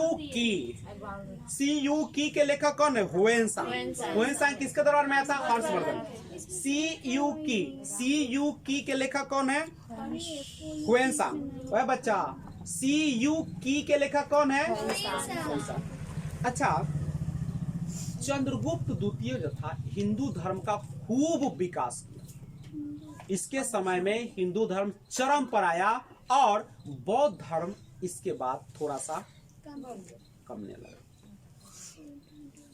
बात समझ रहे हो? तो पूछेगा कि हिंदू धर्म का अभी जो वर्तमान स्वरूप देखने को मिलता है वह कौन काल से मिलता है? किस काल का देन है? गुप्त काल का। किसका देन है? और किसके समय? चंद्रगुप्त द्वितीय। किसके समय? अभी जो धर्म पूजा पाठ जो करते हो, 1000 पूजा करते हो, महीने महीने याद आता है। दीपावली में राम याद आते हैं ना, दुर्गा पूजा में रावण याद आते हैं ना, छठ मैया कहे याद आते हैं, नवंबर हुए, कार्तिक में, चैत्र में याद आते हैं। वो सब के कर देन है चंद्रगुप्त द्वितीय का, गुप्त वंश का देन है। किसका देन है? लेकिन अलग अलग क्षेत्रों में अलग अलग राजाओं ने अपने तरीके से पर्वों को मनाया। जो जैसे अपने यहाँ पे छठ महत्वपूर्ण है, तो कलकत्ता में काली पूजा की दुर्गा पूजा, और काली पूजा कहाँ का फेमस है? काली पूजा भी उधर का है, ठीक है। तो दुर्गा पूजा वहाँ का, कलकत्ता का काली पूजा दुर्गा पूजा दोनों फेमस है। उसके बाद महाराष्ट्र का वो है गणेश चतुर्थी, नहीं तो ये सारा। लेकिन क्या जो अपने यहाँ पे दुर्गा पाठ होता है, क्या बंगाली लोग ऐसे ही करते होंगे? क्या गुजराती लोग ऐसे ही करते होंगे? नहीं, यानी सबका अपना अपना क्या होता है। ये नियम कैसे हुआ? क्योंकि अलग अलग क्षेत्रों के लोगों ने अपने अपने तरीके से उसको करना शुरू, ठीक है। तो हिंदू धर्म का वर्तमान स्वरूप कहां से देखने को मिलता है? गुप्त काल से। को किसके समय से राजा कौन था? चंद्रगुप्त। पूछेगा कि हिंदू धर्म में जो अभी पूजा पाठ देखने को मिलता है वह किस काल की देन है? गुप्त काल। किस राजा की देन है? और इतना ही नहीं बाबू, ये जो था चंद्रगुप्त द्वितीय बहुत ही बेहतरीन राजा था, ऐसी न फंसा लिया देवी को ठीक है। तो ये बहुत अच्छा शासक था बुआ। और इसके दरबार में संस्कृत के 9 विद्वान लोग थे, जिसको 9 रत्न कहा गया। एक अकबर के दरबार में था और इसके दरबार में भी क्या था? 9 रत्न, सब संस्कृत। और संस्कृत का सबसे बेहतरीन जो जानने वाला था विद्वान, जिसका नाम था कालिदास। कालिदास इसके दरबार में थे। एक और व्यक्ति मिलेगा, धन्वंतरी का नाम भी मिलता है, ठीक है। धन्वंतरी भी 9 रत्न में शामिल थे, ठीक है। तो याद रखिएगा, संस्कृत भाषा के 9 प्रसिद्ध कवि किसके दरबार में थे? महान कवि, मजाक वाला ना, चंद्रगुप्त द्वितीय के दरबार में, जिसको किसकी उपाधि दिया गया? 9 रत्न। 9 रत्न एगो दरबार में, अकबर के दरबार में भी है, लेकिन 9 क्षेत्रों का प्रधान था। कोई कृषि विभाग तो कोई टैक्स विभाग तो कोई, लेकिन कोई संगीत विभाग का विद्वान। लेकिन इसके जो दरबार में था, चंद्रगुप्त द्वितीय के दरबार में, वह संस्कृत का 9 प्रसिद्ध कवि था। संस्कृत का 9 प्रसिद्ध कवि किसके दरबार में था? चंद्रगुप्त द्वितीय के दरबार में था बउआ। और उसमें सबसे प्रसिद्ध जो था कौन थे? कालिदास। बहुत बार पूछा है, कालिदास संस्कृत के महान कवि किसके 9 रत्नों में शामिल थे? चंद्रगुप्त। और बाबू ये जो कालिदास थे वो 2 तरह के अपना नाटक लिखा करते थे, एक रोमांटिक और दूसरा प्रेम प्रसंग, लव स्टोरी। एकदम भर दिए धागे, एकदम रोमांटिक का नाता, लव स्टोरी। जैसे सुनिए, एक किताब सुने होंगे, मालविकाग्नि मित्र, सुने थे? मालविकाग्नि यानी मालविका और अग्निमित्र का प्रेम प्रसंग को पूरा जड़ी से छिपीला कौन लिख दिया? कालिदास। कहा कि ऐसे जवान हुआ, ऐसे मिला, ऐसे आंख मारा, ऐसे प्रेम किया, ऐसे गाना सुना, ऐसे पार्क में, पूरे प्रेम कहानी कौन लिख दिल? कालिदास। केकरा? कितना टाइम रहे जो उतना कैसे देखे रहते? वो छुपकर मिले थे तो वो कैसे देख लेते थे, ठीक है। तो मालविकाग्नि मित्र, प्रेम, लव स्टोरी लिख दिया। दूसरा देखो, जैसे पार्वती पर ने शिव जी या पार्वती के प्रेम कहानी, वो लव स्टोरी, लव मैरिज की हैं ठीक है। तो सही बात है। पार्वती जी शादी से पहले जो तीज किए ना, वही जो तीज करते हो तुम, तीज। वो तीज कौन किया था? पार्वती जी। शादी से पहले किसके लिए? पति प्राप्ति के लिए, कि हमारा भोलेनाथ मिल जाए, भोलेनाथ बाबा वही के, ठीक है। तो सुनिएगा, तो पार्वती परिणय यानी दोनों का लव स्टोरी, पार्वती जी संग पूरा पढ़िएगा, पूरा मिल जाएगा। तो समझ गए? अगर वेला ना, भगवान को उतना इज्जत नहीं करते, हम आदमी को इज्जत करते हैं। जीते आदमी को अगर पूछिएगा ना, पूछने का मतलब इज्जत कीजिएगा, तो आपको बहुत कुछ मिल जाएगा। और मरे हुए आदमी को बहुत दिन रात माथा पटकिएगा ना, पूरा पैसा लुटा लीजिए, आपको कुछ होने वाला।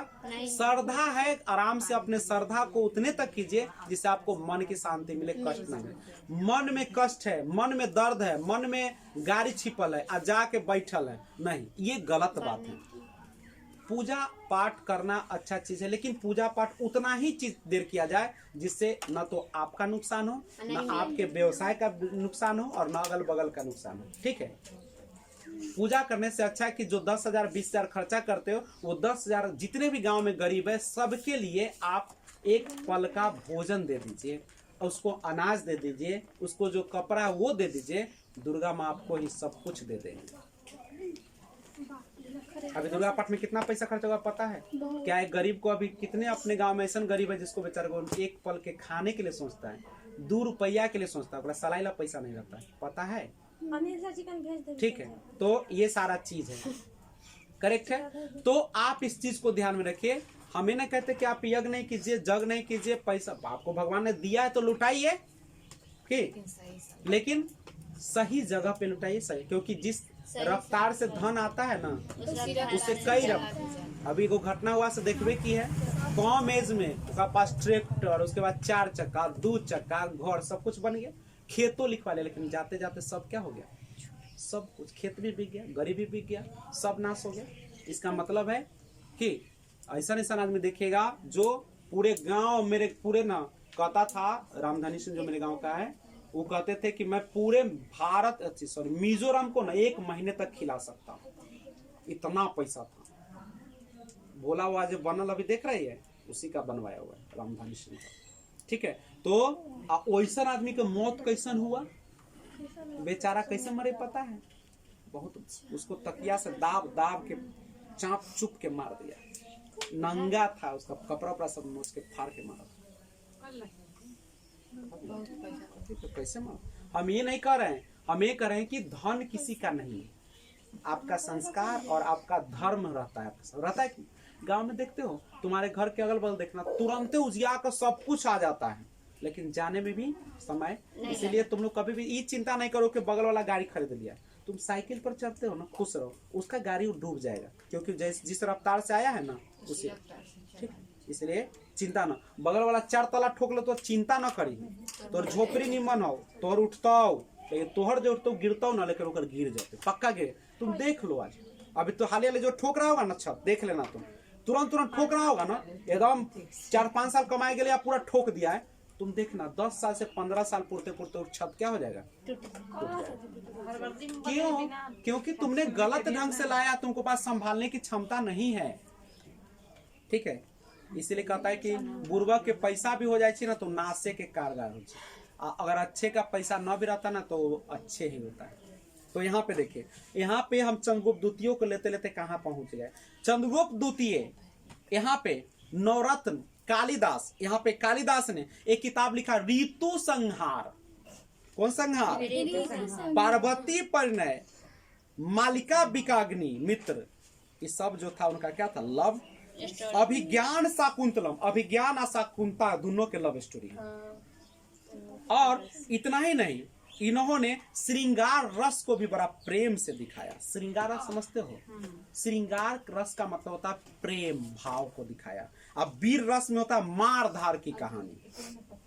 तो भारत का शेक्सपियर किसको कहा गया? कालिदास। भारत का शेक्सपियर, भारत का नेपोलियन, भारत का स्वर्ण काल किस काल को कहा जाता है? चंद्रगुप्त द्वितीय के दरबार में 9 विद्वान रहते थे, 9 रत्न थे, उसमें सबसे प्रसिद्ध कौन था? और उसके दरबार में एक वैद्य रहता था, वैद्य माने डॉक्टर, जो कि धनवंतरी था। कौन था? और अब आइए, नालंदा विश्वविद्यालय, जो कि आप सभी को पता है कि दुनिया का बेहतरीन विश्वविद्यालय, जिसमें पढ़ने के लिए विदेशों से छात्र आते थे, उस नालंदा विश्वविद्यालय की स्थापना करने का श्रेय जो जाता है किसको जाता है? कुमार गुप्त को जाता है। किसको जाता है? कुमार गुप्त को। दुनिया का सबसे पहला हॉस्टल फैसिलिटी देने वाला विश्वविद्यालय कौन था? नालंदा विश्वविद्यालय, जिसमें अभी भी जाते हैं तो सबसे पहले जब हम प्रवेश करते हैं तो हॉस्टल ही मिलता, नहीं रूम नहीं मिलता है, देखना रूम मिलता है। तो वो हॉस्टल पूछेगा कि दुनिया का सबसे पुराना विश्वविद्यालय बताया जाए जिसमें हॉस्टल यानी उसमें हॉस्टल की सुविधा दी गई थी नालंदा में। दुनिया का सबसे पुराना विश्वविद्यालय का नाम बताइए। तक्षशिला विश्वविद्यालय। तक्षशिला कौन विश्वविद्यालय? तक्षशिला, जो कि कहाँ पे पड़ता है? पाकिस्तान में। दुनिया का सबसे पुराना, दुनिया का सबसे, पाकिस्तान के तक्षशिला विश्व, जो कि कहाँ पे पड़ता है? पाकिस्तान के रावलपिंडी जिले में पड़ता है। कौन जिला में? रावलपिंडी जिला में, जिसको राजा तक्ष ने बनवाया था। कौन बनवाया था? राजा तक्ष ने बनाया। तो दुनिया की सबसे पहली यूनिवर्सिटी कौन थी? तक्षशिला विश्वविद्यालय। कहाँ पे? पाकिस्तान के रावलपिंडी में था, और वो राजा तक्ष ने उसको बनवाया था। दुनिया की पहली यूनिवर्सिटी जिसमें आपको बता दूं कि हॉस्टल की सुविधा देने वाला कौन था? नालंदा विश्वविद्यालय। मौर्य काल में शिक्षा का सबसे बड़ा केंद्र जो था तक्षशिला। मौर्य काल जो था, चंद्रगुप्त मौर्य के 137 साल का जो शासन था सब राजाओं का मौर्य काल में, तो मौर्य काल में शिक्षा का जो सबसे बड़ा केंद्र था वो कौन था? लेकिन मौर्य काल में सबसे जो गुप्त, हाँ तक्षशिला, गुप्त काल में शिक्षा का सबसे प्रमुख केंद्र, ठीक बोल रहे हैं ना आप लोग? ठीक है। तो गुप्त काल में शिक्षा का सबसे अच्छा व्यवस्था कहाँ पे था? नालंदा विश्वविद्यालय। लेकिन न कहता है कि जब दिन घटता है तो वही जाता है। वह इसके पीछे बहुत बड़ा कहानी है। ठीक है, दुनिया में किसी से भी रोग ठीक नहीं हो रहा था। उस राजा का रोग नालंदा विश्वविद्यालय के वैद्य ने ठीक किया था, और उसका भुगतना किसको पड़ा? नालंदा विश्वविद्यालय को। उसने कहा कि अरे हमारे यहाँ पे ऐसा राज व्यवस्था नहीं वैद्य का जो हमको बचा ले, और भारत के नालंदा विश्वविद्यालय में ऐसे ऐसे लोग हैं जो कि किसी भी प्रकार के मरे हुए लोगों को भी जिंदा कर देता है। इसको क्या कर दो? उड़ा दो, नाश कर दो। और उसने क्या कर दिया? और करने वाला कौन था आपको पता होगा? कुतुबुद्दीन ऐबक। कुतुबुद्दीन ऐबक का जो सेनापति था, जिसका नाम था बख्तियार खिलजी। कुतुबुद्दीन ऐबक का सेनापति कौन था? बख्तियार खिलजी। वो बनलहवा क्या किया? उड़ा दिया। आगे सोचा ना पीछे। और उसमें किस धर्म की शिक्षा दी जाती थी? बौद्ध धर्म। किस धर्म की? बच्चा लोग, नालंदा विश्वविद्यालय में बौद्ध धर्म के महायान शाखा की शिक्षा दी जाती थी। आपको पता है कि बौद्ध धर्म चतुर्थी बौद्ध संगीति जब हुई थी कनिष्क के शासन काल में, कुंडलवन में, ईस्वी की प्रथम शताब्दी में, तो उस समय क्या हुआ था कि दो भागों में बट गया था। एक था महायान और दूसरा था हीनयान। महायान, हीनयान। अब महायान जो शाखा थी उसकी शिक्षा दी जाती नालंदा विश्वविद्यालय। पूछेगा कि नालंदा विश्वविद्यालय में बौद्ध धर्म के किस शाखा की शिक्षा दी जाती थी? महायान। और भागलपुर का जो विक्रमशिला विश्वविद्यालय है, विक्रमशिला विश्वविद्यालय, भागलपुर का विक्रम, जिसको पाल वंश के शासक ने बनवाया था। कौन बनवाया था? पाल वंश के जो शासक था गोपाल। कौन था? जिसको विक्रमशिला विश्वविद्यालय को बनवाया था, और उसमें शिक्षा दी जाती थी वज्रयान। किसकी? वज्रयान। बाबू, यही वज्रयान है जो बौद्ध धर्म को डुबो दिया। बौद्ध धर्म का विनाश करने में सबसे बड़ा हाथ भारत में किसका है? वज्रयान। क्यों था? क्योंकि वज्रयान में सभी चीजों की स्वतंत्रता दी गई। आप शादी कर सकते हैं, आप शराब पी सकते हैं, आप जुआ खेल सकते हैं, ठीक है, आपको जो मांसाहारी शाकाहारी जो खाना है फ्री दे दिया। अब इतना आजादी होगा तो क्या वो धर्म चलेगा? क्या उसमें स्त्री को अच्छी नजर से पियक्कर देखेगा? नहीं, कभी नहीं। ठीक है, तो इसी से अब बौद्ध धर्म को अगर कोई डुबाया है तो डुबाने वाला कौन था? इसीलिए याद रखना, अगर तुम्हारे भी परिवार में कोई ऐसा व्यक्ति जो तुम्हारे घर को दबाना चाहता है, डुबोना चाहता है, तो मैं कहता हूं कि उस पर कभी भी नजर न थूक दो। देख के 2-4 थूक होने का रख दो देह पर, लेकिन कभी भी उससे आंख नहीं मिलाना, क्योंकि तुम्हारा दुश्मन कभी मरता नहीं है। कभी ना कभी वह क्या करेगा? आपसे बदला। इसीलिए आप अगर किसी से दुश्मनी ले चुके हैं ना, तो कोई रहे, भाई रहे, भौजाई रहे, कोई रहे, एक बार दुश्मनी ले लियो तो जिंदगी में कसम खा लो कि हम उससे कभी नहीं बोलेंगे। बात घर ओकरा से दूर बना लो जाके, समझ रहे हो? तभी आगे बढ़ोगे, नहीं तो मारा जाओगे। एक ना एक दिन तुम मारे जाओगे, नहीं तो तुम्हारे खानदान नाश हो जाएगा। आगे वाला पीढ़ी को क्या कर देगा? तबाह कर देगा, पढ़ने नहीं देगा, अफवाह उड़ाएगा, तुमसे फुसुर फुसुर बात करेगा। आगे बढ़ते हुए आपको क्या कर देगा? आपका परिवार कभी सुख में नहीं रहेगा। ठीक, तो याद रखिएगा बाबू, महायान शाखा का ऑक्सफोर्ड कहा जाता है। किसको पता है? महायान शाखा का ऑक्सफोर्ड दुनिया का सबसे अच्छा विश्वविद्यालय माना जाता है। ऑक्सफोर्ड यूनिवर्सिटी, जो कहाँ पड़ता है पता है आपको? अमेरिका में पड़ता है। ठीक है, ऑक्सफोर्ड यूनिवर्सिटी। उसी तरीके से भारत का ऑक्सफोर्ड, भारत में महायान, बौद्ध धर्म के महायान शाखा का ऑक्सफोर्ड कहा जाता था नालंदा विश्व। पूछेगा कि भारत का महायान शाखा का ऑक्सफोर्ड किसको कहा जाता है, तो नालंदा विश्वविद्यालय। याद रहेगा? कितना क्वेश्चन बरस रहा है पता है? कहने के लिए तो हंस देता है, विजय सर जी कॉफी जानते हैं ना, जब आएगा सामने तब ना पता चलता है कि कॉफी जानते, कैसे पढ़ाते। वो लड़का को अकेले सब विषय कैसे पढ़ा देते रहे, आकर देखना तो यूट्यूब पे वीडियो है, देखो ना, है कि ना है? यूट्यूब पर छा दिए। चलो, जब दूध में ज्यादा मोटा छाले जाता है तो छाले को काट के उसको हटा लेना चाहिए। आदमी के जिंदगी में भी बहुत ज्यादा बुराई आने लगे ना तो उसे दूरी बना लेने में ही अच्छा है। उसको हंसने से ज्यादा अच्छा है कि उसे क्या कर ले जाए, दूर हो जाए। जब कोई नजर में खटकने लगे तो क्या होना चाहिए, दूर हो जाए। ये फार्मूला नहीं लगाना चाहिए कि हम अथी है का, कि अकेले हम समाज में तो मिलकर हम कि अकेले रहम, तब वो बाद में नाश हो जाएगा। तब मुस्कुराओगे, हम आके खूब मुस्कुराएंगे, तुम लोर चुआओगे। हम कहले रहा ना कि दुश्मनी ठीक है, बल मिल के रह, और रह मिल के। हाँ, तो पुस्तक महायान शाखा का ऑक्सफोर्ड किसको कहा जाता है बुआ लोग? नालंदा विश्वविद्यालय। शिक्षा का सबसे बड़ा केंद्र कौन था भारत का? नालंदा विश्वविद्यालय। तक्षशिला विश्वविद्यालय तो पाकिस्तान में पड़ेगा। अब सुनिए, अब छोटे छोटे राजा सब आए। स्कंदगुप्त आए, ज्यादा नहीं काम किया। स्कंदगुप्त एक को चीज के लिए याद किया जाता है, सुदर्शन झील का नाम सुने होंगे, सुदर्शन झील ना, और पुनर्निर्माण कैसे ना, और भानुगुप्त एरान इस तनी को राजा आया गया, इस बनला हवा से। स्कंदगुप्त सुदर्शन झील का पुनर्निर्माण करवा दिया। भानुगुप्त आया तो एरान अभिलेख समझते हो, जिसमें सती प्रथा का अभिलेख चर्चा किया गया। सती प्रथा जानते हो, जब पति मर जाता था तो पत्नी को मत फल उल के रस और नशे वाली चीज पिला कर ढूंढ कर दिया जाता था, और उसको लेकर उसी के साथ क्या कर दिया जाता था, जला, कभी कभी बांध के भी जलाया जाता था। महायान का मतलब क्या होता है जानते हो? देखो, तीन चीज के बारे में समझो। बौद्ध धर्म दो भागों में बटा, तीन यान, महायान, आगे चल के और शाखा इसका बना वज्रयान। देखो, जो बौद्ध धर्म, बौद्ध भगवान ने जो उपदेश दिए और जो उन्होंने किया, उनके रास्ते पर बिल्कुल चलना बिना बदलाव के, उसको कहा जाता है महायान। क्या कहा, उसको कहा जाता है हीनयान। क्या कहा जाता है उसको? हीनयान। याद रखिए, उसको क्या कहा जाता है, यानी बौद्ध धर्म में आस्था, बौद्ध धर्म में आस्था रखना। आस्था माने विश्वास, अब विश्वास के सामने सब फेल।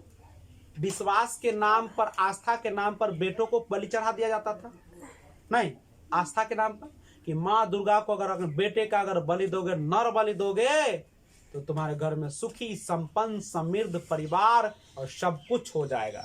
तो लोग क्या करते थे, नर बलि देते थे। क्या देते थे? ये सब अंधविश्वास था। आस्था, कभी भी आस्था पर के लिए मरना चाहिए क्या? नहीं। जैसे अभी हम सरस्वती पूजा करें, अब पूरा आस्था में डूबल है, हम बजवाए, डांस करवाए, हम प्रसादी बांटवाए, जेकरा जो बोले कि आकर दिखा दो, ये आस्था में पागल हो, कुछ मिलेगा तुमको?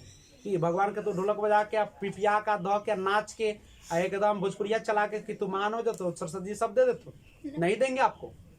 इसलिए आस्था में पागल होना चाहिए। सही गलत का विचार करो। तुम बजा रहे हो तो किसी को डिस्टर्ब तो नहीं हो रहा है। जैसे अभी दुर्गा पाठ में होगा, अभी मैं बार बार बोलूंगा दुर्गा पाठ पर, बुरा नहीं मानिएगा, अच्छा ही चीज है। अभी दुर्गा पाठ में अभी कथी है, देखिए, ब्राह्मण से हम इसीलिए नफरत करते हैं क्योंकि वो ऐसा कानून बनाए कि लोग बेवकूफ बनते चले जा रहे हैं, और वो क्या हो रहा है, उसी से पेट पाल रहा है। वो गाड़ी से आता है पूजा कराने, और तुम भिखार होके उसको पैसा देते, तोरा खाए ला अपने ना हो, लेकिन पंडित के 10,000 दे देवी ना देवी, तू अपने किसमिस कहियो ना छुए छे, ओकरा 2 किलो चढ़ा देवी, छोहरा चढ़ा देवी, दूध चढ़ा देवी।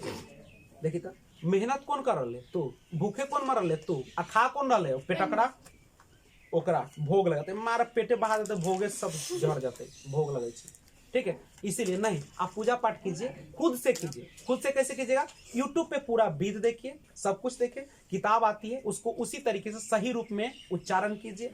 क्या यूट्यूब पर तो सारा बेहतरीन है, शुद्ध रूप से, वो तो मान ले कि वो मीठो खा कर पूजा करा तो अशुद्ध कर दे तो पूजा, लेकिन तुम जो करोगे बिल्कुल शुद्ध रूप से करोगे। यूट्यूब पे सब चीज है, आराम से सही एकदम ज्ञान लीजिए। और खुद, अब बृहस्पति भगवान का पूजा हम लोग खुद करते हैं कि नहीं करते? चरचन्ना भगवान का करते हैं कि नहीं करते? तो क्या दुर्गा पाठ, सरस्वती पाठ हम लोग अपने से नहीं कर सकते? तो कभी कैसे बनल तो बनल है तो मर बनल तो हो रहा है कि औरत को पढ़ना नहीं है। क्यों पढ़ते हो?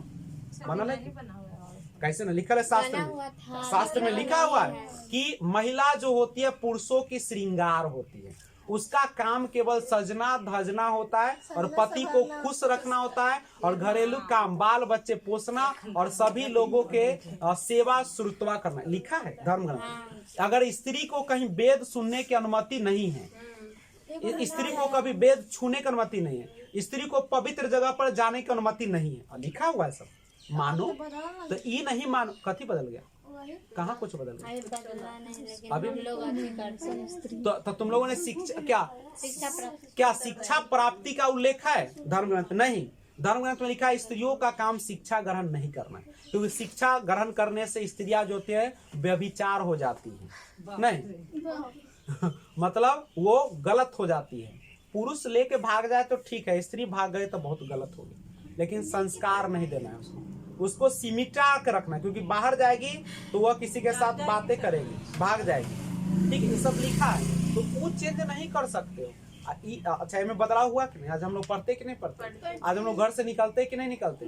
तो क्या वो चेंज नहीं हो सकता है? हर चीज संभव है, बशर्ते आप अपने दिल से क्या करें, उसकी कोशिश करें। तो यहाँ पे देखिएगा अब इसमें क्या हुआ बाबू, हीनयान जो था, यहीं पे हम पढ़ा रहे हैं, हीनयान जो था, यहाँ पे गौर कीजिएगा,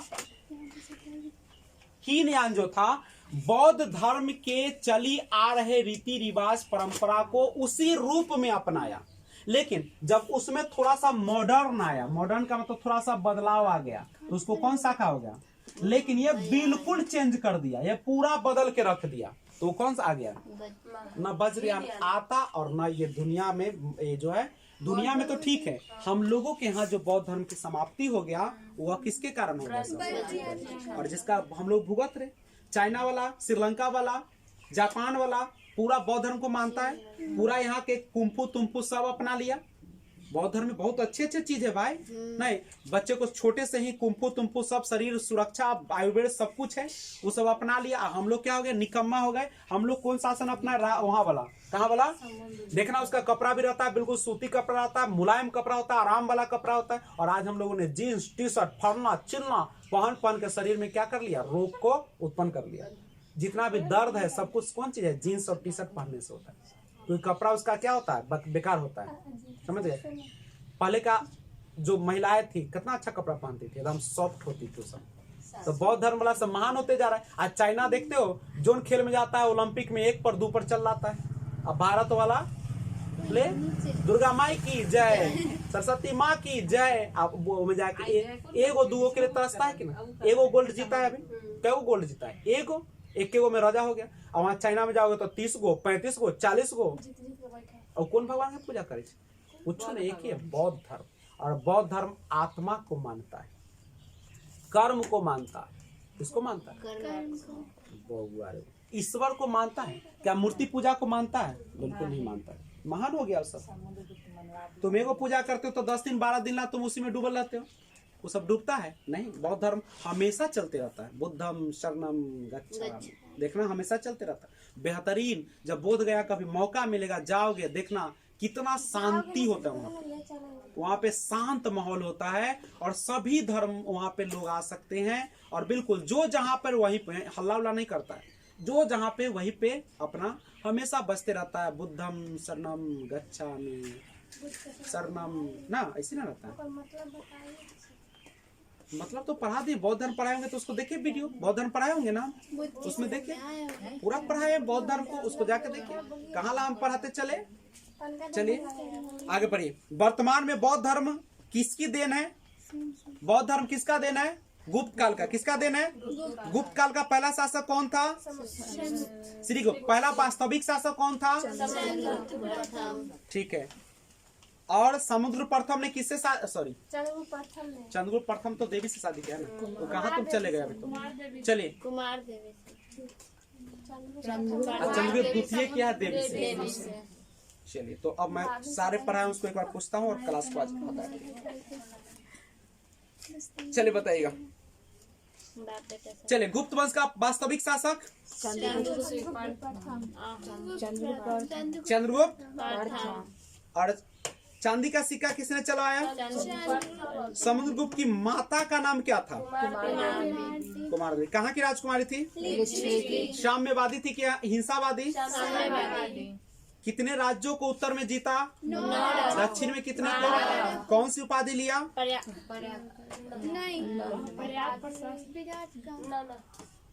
भारत का नेपोलियन कहा गया। भारत का और प्रयाग प्रशस्ति में किसकी जानकारी मिलती है? समुद्रगुप्त की। भारत का नेपोलियन कौन है? पुराणों के अनुसार किसका घोड़ा 3 समुद्र का पानी पीता था? बीना बजाते हुए सिक्के पर संगीत प्रेमी कविराज की उपाधि। श्रीलंका के राजा ने बोध गया में अपने राजदूत को भेजा था बनवाने के लिए किसके पास? समुद्रगुप्त ने किस देश के दूत को मंदिर बनवाने का अनुमति दे दिया? गुप्त वंश किसका सामंत था? कुषाण का। उत्तर प्रदेश को चुना था राज करने के लिए कि बिहार को चुना था? उत्तर प्रदेश के कौशाम्बी। गुप्त वंश कहाँ से शुरुआत हुआ था? कौशाम्बी। चलिए, अच्छा, गुप्त वंश के पहला राजा गुप्त श्रीगुप्त और दूसरा राजा घटोत्कच को वास्तविक शासक क्यों नहीं कहा जाता है? क्योंकि सामंत थे। समुद्रगुप्त किससे शादी किया? राजा रानी का सिक्का किसने चालू किया? भारत का नेपोलियन किसे कहा जाता है? रामगुप्त किसका बेटा था? रामगुप्त को किसने मार दिया? चंद्रगुप्त द्वितीय और देवी मिलकर क्या कर दिया? चंद्रगुप्त द्वितीय शकों पर हमला करके और उसे पराजित करने का श्रेय किसको जाता है? और शक संवत भी चलाएगा। ठीक है, शक संवत की शुरुआत कब से मानी जाती है? 78 ईस्वी। चांदी का सिक्का ये भी जारी किया। न्याय के लिए सबसे कौन जाना जाता है? अच्छा, और दूसरा जहांगीर, न्याय की जंजीर। ठीक है, कौन जो था कि पत्थर के जो चबूतरे पर बैठकर न्याय देता था? चीनी यात्री फाहियान किसके दरबार में आया था? चंद्रगुप्त। कालिदास किसके दरबार में रहते थे? हो क्यू की किसकी रचना है? और ये सी यू की फाहियान किसके दरबार में आया था? चंद्रगुप्त द्वितीय। और हुएनसांग हिंदू धर्म का खूब विकास कौन किया? हिंदू धर्म का वर्तमान स्वरूप किस काल से देखने को मिलता है? संस्कृत का सबसे प्रसिद्ध नवरत्नों में से एक था कालिदास। चलिए, और अब हम लोग आगे क्लास में फिर देखेंगे आगे की कहानी। नहीं, तब तक जय हिंद।